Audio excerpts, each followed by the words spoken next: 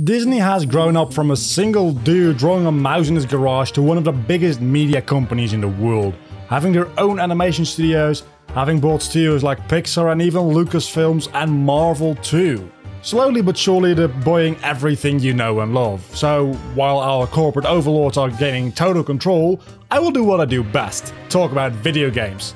In preparation of our new world order, let's talk about a top 5 Disney games today.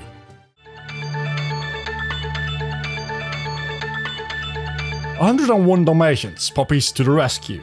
I'm going to be honest here, I don't know if I would call this game good by any means, but I do enjoy it. It's a simple, kid-friendly collectathon with a lot of charm, vibrant colors, uplifting music and generally just feels like a joy. The controls are stiff, which make it a little bit of a platforming pain, but nothing you can't manage. There's 2 ways to play this game really. You blast through it and you're done in, let's say, under an hour or so. Or you can explore all the levels fully, which is the point of the game. Every level has a distinct feeling and you can feel the work put into them. You go through places like a toy factory, the big band, the countryside, a castle, something that looks like the North Pole for some reason. I know England is cold, but not this cold, is it? Even though it may not always make a lot of geographical sense, the designs of these places feel good, even if they are somewhat disconnected.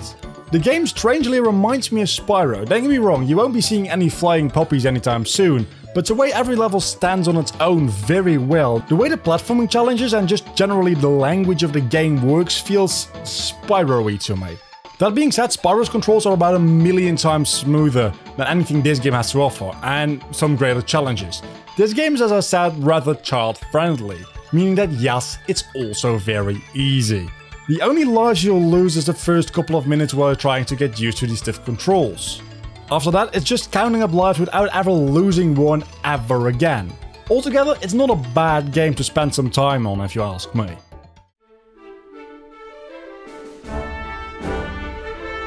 Disney's Atlantis, The Lost Empire. I don't understand this game. What is this game? Is it a platformer? No, the controls are way too slippery. I mean, to the point where it actually feels like you're walking on ice, which is funny, since there's an actual ice level, and your character comments on the fact that it should be watching out for slippery ground. I think the developers might have actually forgotten to restrict the slippery ground to this level. Jumping is awkward, camera controls are stiff, and grabbing the ledges just doesn't work half the time. So, a puzzle game then. That'll be a little closer, it's a little Zelda-like I suppose, including the water temple. Having to get items to progress to the next part of the level, just not as complex as a Zelda dungeon would be. It's what at a time would be called an action game, though the genre doesn't quite fit that anymore since these days you'll think of Dark Souls, God of War and Grand Theft Auto for that. Anyway, if all of that doesn't make me happy, and believe me, it doesn't, what does? Well, there's one thing this game gets right. So right in fact, that the less than ideal controls are redeemed, at least to some extent for me. The world design. Though it's a PlayStation 1 game and doesn't look as fancy as World these days would, you travel through a bunch of different settings. Combined with movie clips added between levels, this results in a nice gradient of world design and feeling.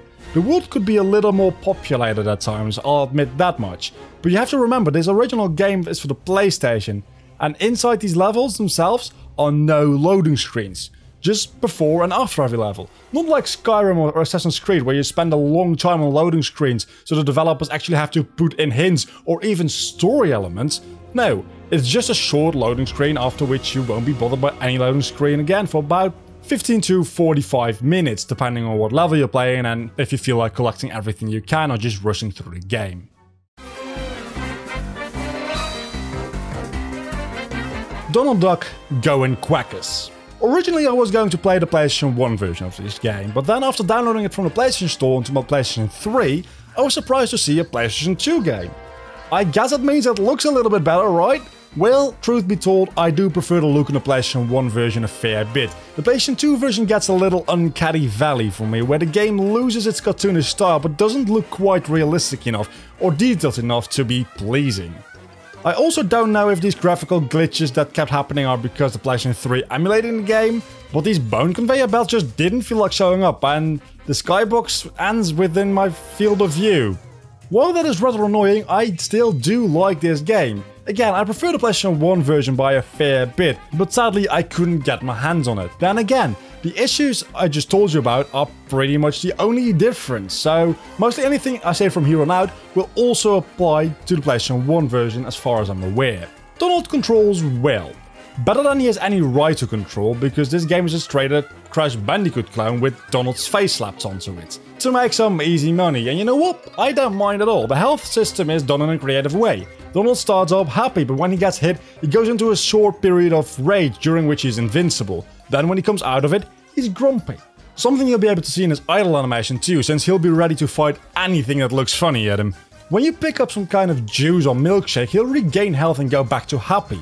Some really nice attention to detail comes in when you pick up one of these during one of Donald's rage boosts. You'll snap out of it right then and there. And while I did just call this a Crash Bandicoot clone, for starters, it's a lot easier than any Crash game. But Donald also had the added benefit of a double jump, making him reach higher places, but more so, giving him some precision with his jump you wouldn't be able to get from any base jump, since he's not as finely tuned as Crash's jump. Using this double jump also allows you to combo enemies. Killing 3 enemies by jumping on them without hitting the ground will allow you to do a special move, which will then reward you with a brief time of invincibility. And all the gears you pick up, which are the collectible in this game, will be worth just a little bit more. The game is rather short and honestly very easy.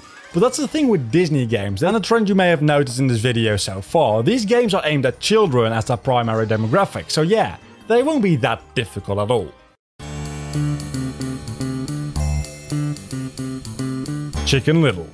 Let's be honest, while Disney games can be a lot of fun, generally they're rather cheap cash-in games aimed at young children. As a result, they tend to lack a little in quality. This is where Chicken Little comes in. Not quite, but it's certainly a lot closer than most other games. I mean, of course it is, it's the number 2 spot on this list. The game at its core is a 3D platformer with some beat-em-up style combat, which keeps the gameplay pacing up to a nice speed. The interactions you have with the environment, like climbing poles and zipping on ropes and power lines, is very well done. And while I usually would never compliment a game on this except if it's done exceptionally well, this game offers a good amount of variety in gameplay styles. The reason I like it in this game has mostly to do with the fact that, except for the very ending of the game, the difficulty of these gameplay styles are more or less just simple minigames, not something to test your skill in a difficult level based around a whole new mechanic, but just a little fun side thing before you can get back into the platforming levels, which is needed, because while the platforming works like a charm and feels good, it's nothing too special, so being given the opportunity to get distracted from it is great, because that means you'll get back into it and it still feels fresh. If it weren't for these extra missions, the game would get stale, boring and downright annoying real fast. As I said before, none of the games on this list are actually bad, but none of them are actually great too. They're just good for Disney games, which usually are less than great. This game actually goes one step above that and is, in my opinion, actually an above average game in quality, and certainly worth playing if you enjoyed 3D platforming. But there's one more game, a game I actually recommend to almost everyone, an actually good game.